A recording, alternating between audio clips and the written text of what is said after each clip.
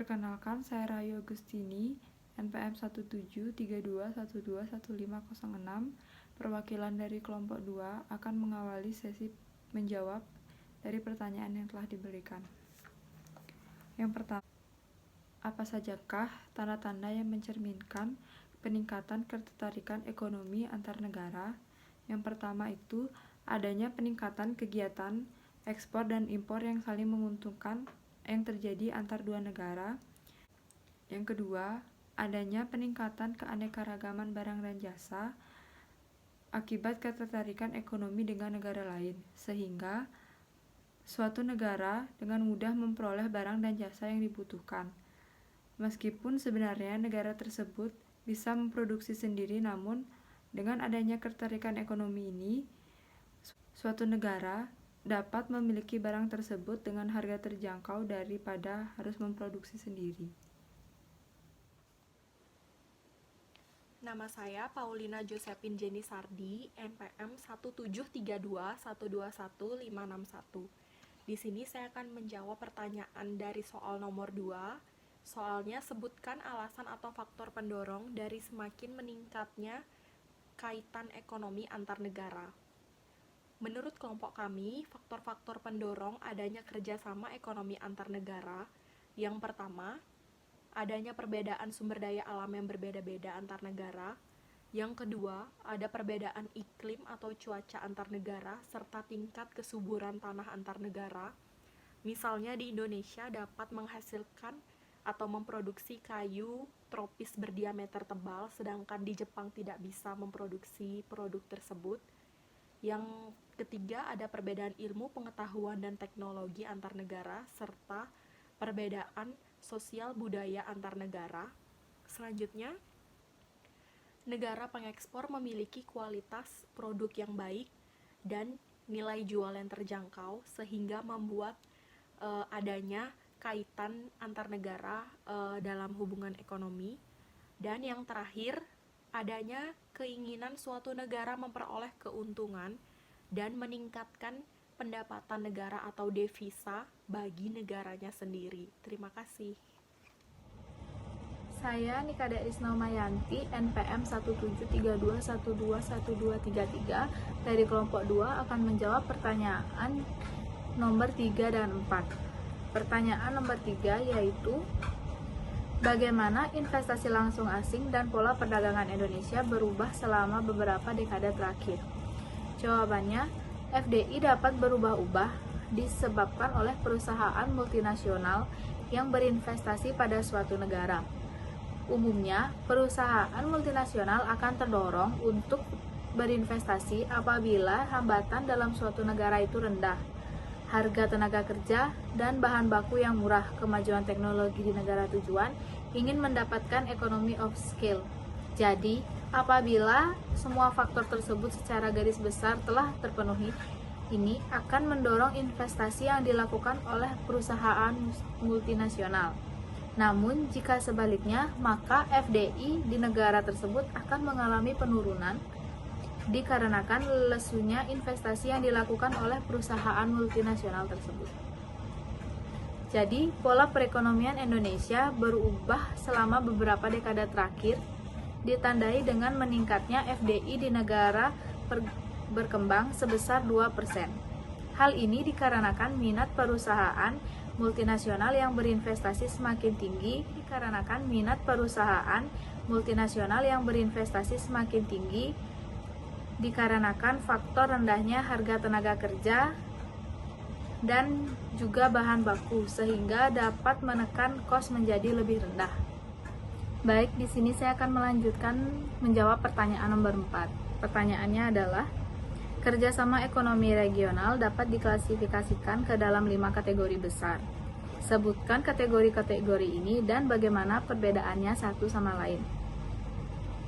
Yang pertama, ada GATT, yaitu General Agreement on Trade and Trade. Di sini, organisasi regional yang satu ini selalu mengupayakan agar terciptanya perdagangan bebas dunia yang sudah disepakati bersama. Jadi, organisasi ini bertujuan agar produk apapun yang dibuat di negara tersebut bisa diproduksi dengan baik. Maka, produksi tersebut harus menembus pasar dunia. Yang kedua ada PBB, Perserikatan Bangsa-Bangsa. Organisasi global yang satu ini adalah lembaga yang dibentuk untuk memfasilitasi dalam hukuman internasional, pengamanan internasional, lembaga ekonomi, dan perlindungan sosial. Di sini PBB bertujuan memelihara perdamaian dan keamanan internasional, mengembangkan hubungan persaudaraan antar bangsa, menciptakan kerjasama dalam memecahkan dan budaya. Dan yang terakhir, menjadikan PBB sebagai pusat usaha dalam hal tujuan bersama. Setelah itu, di sini ada ASEAN. ASEAN kepanjangan dari Association of Southeast Asian Nations, sebuah organisasi yang didirikan pada tanggal 8 Agustus 1967 di Bangkok, Thailand.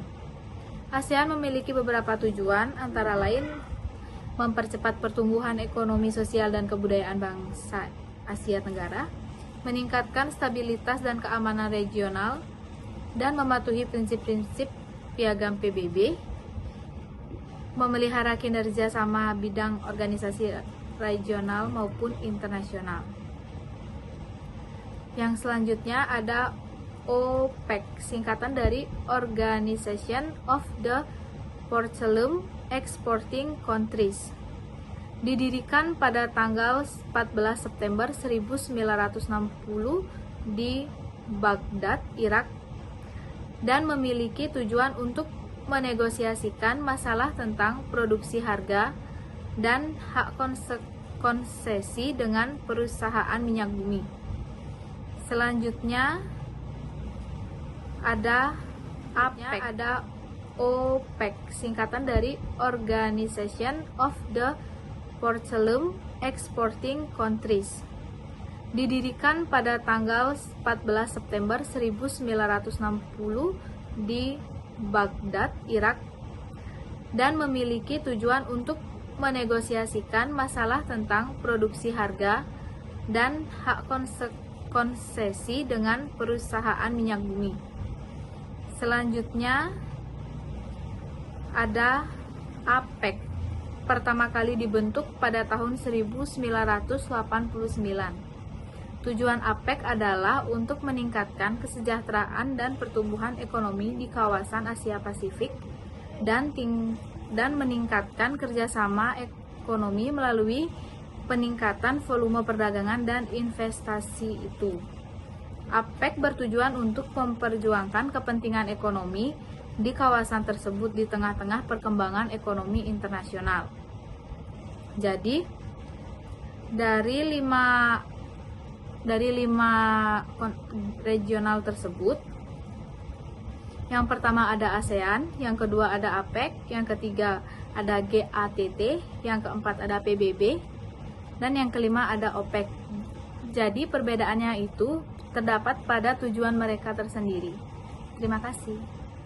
Perkenalkan, nama saya Putu Arenda Febrianti Wijasari, NPM 275. Saya akan menjawab pertanyaan nomor 5, yaitu apakah neraca pembayaran secara akurat dapat mencerminkan transaksi yang terjadi antara satu negara dengan negara yang lain? Jawabannya iya. Neraca pembayaran secara akurat dapat mencerminkan transaksi suatu negara dengan negara yang lain. Kenapa? Karena dari pengertian neraca pembayaran itu sendiri, neraca pembayaran merupakan perbedaan antara semua uang yang mengalir ke negara tersebut dengan arus keluar uang ke seluruh dunia dalam periode waktu tertentu, misalnya 1/4 atau 1 tahun. Adapun transaksi keuangan ini dilakukan oleh individu, perusahaan, dan badan pemerintah untuk membandingkan penerimaan dan pembayaran yang timbul dari perdagangan barang dan jasa. Pada akun neraca pembayaran disimpan catatan sistematis dari semua transaksi ekonomi, baik itu terlihat maupun tidak terlihat, dari suatu negara dengan semua negara lain dalam periode waktu tertentu.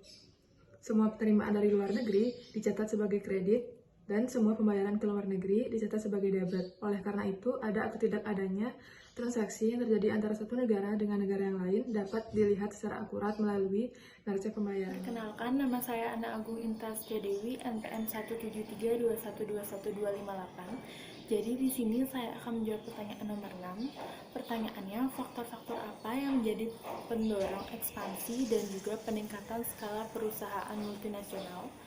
Jadi di sini terdapat 4 faktor. Faktor yang pertama yaitu the economic of scale, di mana perusahaan multinasional ingin mencari economic of scale, yaitu apabila perusahaan memproduksi jumlah barang dalam jumlah yang banyak, maka akan dapat menekan kos menjadi lebih rendah, sehingga harga produk yang ditawarkan kepada konsumen pun menjadi lebih rendah dan dapat bersaing secara kompetitif global. Faktor yang kedua yaitu hambatan. Saat hambatan-hambatan di suatu negara tujuan menjadi lebih rendah, hal ini menjadi faktor pendorong bagi perusahaan multinasional untuk meningkatkan minatnya dalam berinvestasi di negara tujuan tersebut, baik berupa hambatan tarif maupun non-tarif. Faktor yang ketiga yaitu saat perusahaan multinasional ingin menjadi lebih dekat dengan negara tujuannya, maka perusahaan multinasional akan membangun fasilitas produksi di negara tujuannya tersebut. Faktor yang terakhir yaitu kemajuan teknologi di seluruh dunia menjadi faktor pendorong bagi perusahaan multinasional untuk berinvestasi di negara tujuan tersebut. Sekian yang dapat saya sampaikan. Terima kasih. Nama saya Ikade Indra Kusuma, NPM 1732112. Di sini saya akan menjawab pertanyaan nomor 7. Pertanyaan adalah, apakah ada faktor-faktor yang menghambat ekspansi atau menurunkan skala perusahaan multinasional? Jawabannya, yang pertama ada faktor ekonomi. Apabila sebuah negara dengan sumber daya alam dan sumber daya manusia di negara tersebut dengan tarif yang tinggi, maka hal ini dapat menjadi penghambat bagi perusahaan multinasional.